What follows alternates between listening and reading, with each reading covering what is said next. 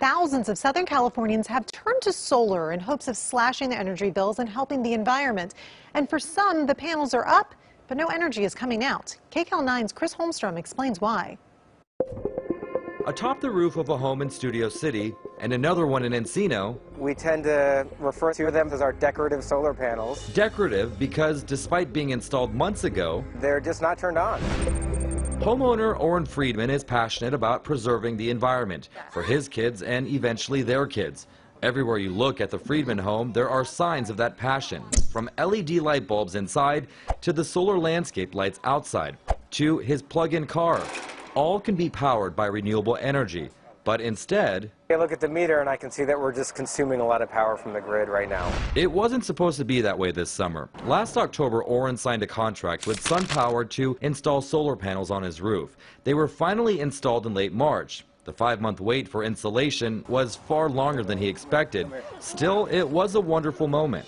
When the solar company first hooked them up, you could actually see the meter going backwards. It was one of the coolest things ever. We were producing more electricity than the house was making. Moments later, they immediately had to flip a switch and turn them off. Turns out, we're not allowed to use them until LADWP gives the green light. That green light is called a permit to operate. Without that permit, operating solar is a no-go. He's not alone. A good friend of mine, his panels were installed over 6 months ago. He has still heard nothing from LADWP. At the outset, SunPower predicted a 9-week wait before Orrin Solar would be powering his home. Yet nearly 9 months after signing the SunPower contract, that DWP bill, as high as ever, almost approached $2,000. SunPower told Orrin the problem lies with DWP, calling them the slowest of every utility we deal with. So, in early July, with valley temperatures exceeding 100 degrees, we contacted DWP to ask why Orrin still did not have permission to operate his solar.